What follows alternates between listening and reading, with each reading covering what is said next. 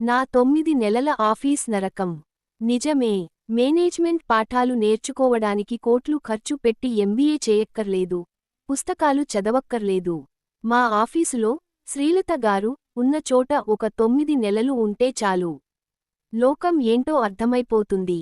ఆవిడ చేసిన విన్యాసాలు వింటే నవ్వుకోవాలో ఏడవాలో మీకే అర్థం కాదు. 1. అందరి క్యారెక్టర్ల మీద సర్టిఫికెట్లు ఇచ్చే గ్యాసిప్ మెషిన్. ఆఫీసులో బాస్ నుండి ప్యూన్ వరకు ఎవరినీ వదిలేది కాదు.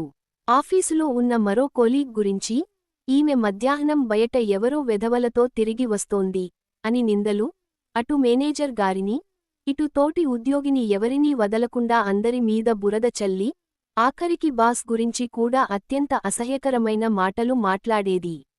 అందరి క్యారెక్టర్ల మీద సర్టిఫికెట్లు ఇచ్చేసేది. అందరికీ లింకులు పెట్టేది. నేను తట్టుకోలేక, మనకెందుకు మేడం అంటే చాలు ఇక నా మీద యుద్ధమే. ఆవిడతో ఫ్రెండ్లీగా ఉండటం అంటే, ఆవిడ చెప్పే గలీజు ముచ్చట్లలో భాగం అవ్వడమే. నా సంస్కారం అడ్డు వచ్చి నేను మౌనంగా ఉంటే, దానికి అహంకారం అని పేరు పెట్టి అందరి ముందు నన్ను బద్నాం చేసేది. 2. మౌనముని రాఘవ గారు.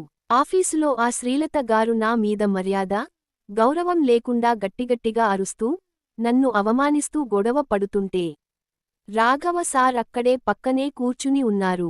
నేనేమో చాలా కామ్గా ఉండి ఆయన్ని గమనిస్తున్నాను.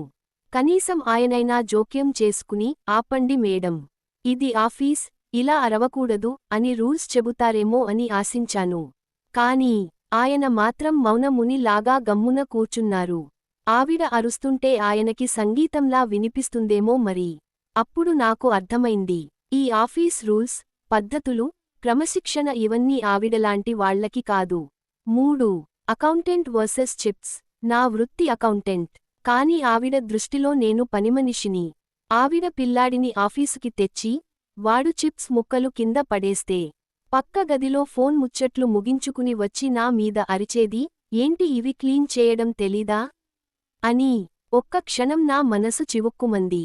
నేను అకౌంట్స్ చూడాలా, లేక ఆవిడ కొడుకు పడేసిన చిప్స్ ముక్కలు ఏరాలా? మర్యాద అంటే ఏంటో ఆవిడ డిక్షనరీలో కూడా లేదేమో. 4. ఊసరవెల్లి స్నేహం మరియు పర్సనల్ సోది. ఆవిడ మూడ్ ఎప్పుడు ఎలా ఉంటుందో ఒలింపిక్ ప్లేయర్స్కి కూడా అర్థం కాదు. ఒక నిమిషం ఫ్రెండ్లీగా ఉండి, మరుసటి నిమిషమే చండీ అవతారం ఎత్తుతుంది. పని పక్కన పెట్టి తన పర్సనల్ సోది, ఆఖరికి తన డేట్ వచ్చిందని, కడుపునొప్పి అని గంటల తరబడి చెప్పేది.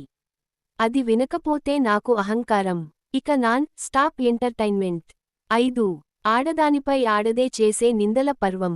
బాస్ భార్య వెళ్ళిపోయిందని, ఆయనకి చాలా మంది ఉన్నారని నా దగ్గర లేనిపోని చెత్త మాటలు చెప్పేది.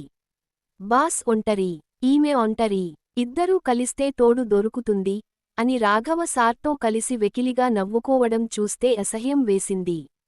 నిలదీస్తే, మా మాటలు మేము మాట్లాడుకుంటున్నాం అని దబాయించేవారు. ఆవిడ వెకిలి చేష్టలు ఏ స్థాయికి వెళ్లాయంటే, నన్ను వేలెత్తి చూపిస్తూ, ఈమెకి పిచ్చి ఉంది, ఏదైనా పిచ్చాసుపత్రి ఉంటే చెప్పు చేర్పిద్దాం అని నవ్వుతూ హేళన చేయడం. నా మౌనాన్ని పిచ్చి అని వెక్కిరించే ఆవిడ విష మనస్తత్వానికి ఆ దేవుడే దిక్కు. ముగింపు. ఆవిడ గీసిన కుళ్ళు రాజకీయాల చక్రవ్యూహంలో పడకుండా, నా సంస్కారాన్ని కాపాడుకుని ఆ 9 నెలల నరకం నుండి బయటపడటమే నేను సాధించిన గొప్ప విజయం.